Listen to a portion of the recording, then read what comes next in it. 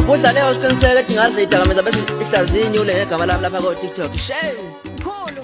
Zikhalile-ke laphana-ke kumhlazi-ke owaziwa kakhulu laphana-ke ey'nkundleni zaka-TikTok. Mbukeli ngibingelele lapha ekhaya ngiphinde kwamukele kwesimanje sekulethela zona-ke iy'ndaba ey'hamba phambili ngaso lesi sikhathi-ke.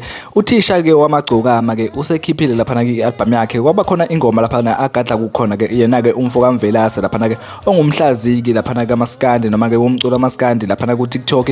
Njengoba sazi ukuthi-ke ngempela-ke naye-ke usiqiniseko uthathile-ke uhlangothi kakhulukazi laphana-ke engxenyeni yakhe laphana-ke yena-ke umthandeni nangu-ke yena-ke laphana-ke umfana-ke osemncane egadla kuyena-ke laphana-ke usiqiniseko ngokuthi-ke uhlaziya yona-ke inyule. Awuyizwele-ke yena-ke lo mtalabho wakhe-ke uthisha wamagcokama. Nazi-ke iy'ndaba enguphathele zona, siyabonga. Athi usazi wathi uNkulunkulu lapha ngimuphendulile. Sangishona le mbubudla leyo siqiniseke ukuthi ngazi idakamizwa bese ihlaziya inyule ngegama lami lapha ko TikTok. Shame.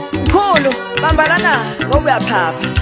Kuba ngabe uphumelele yasekhaya kwanyawo ukuthi ungazothulela abantu ukuthi lo ngayiphumelele lo uzophumelela. Uyazi mdala. Okay sharp. I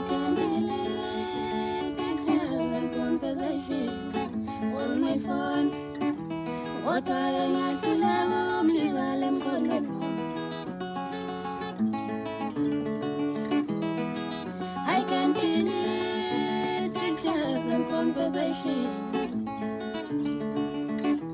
Kodwa ngiyahluleka ukumlibala emqondweni. I can delete pictures and conversations on my phone. Kodwa ngiyahluleka ukumlibala emqondweni. Awujalo mangilele ngiyamphupha, mangivuka ngiyamkhumbula, lapho akasenginaki, kodwa ngiyamthanda njalo mangilele ngiyamphupha, mangivuka ngiyamkhumbula, lapho akasenginaki, kodwa ngiyamthanda conversation on my phone. Kodwa ngiyahluleka ukumlibala emqondweni. Awujalo mangilele ngiyamphupha, mangivuka ngiyamkhumbula, lapho akasenginaki, kodwa ngiyamthanda njalo mangilele ngiyamphupha,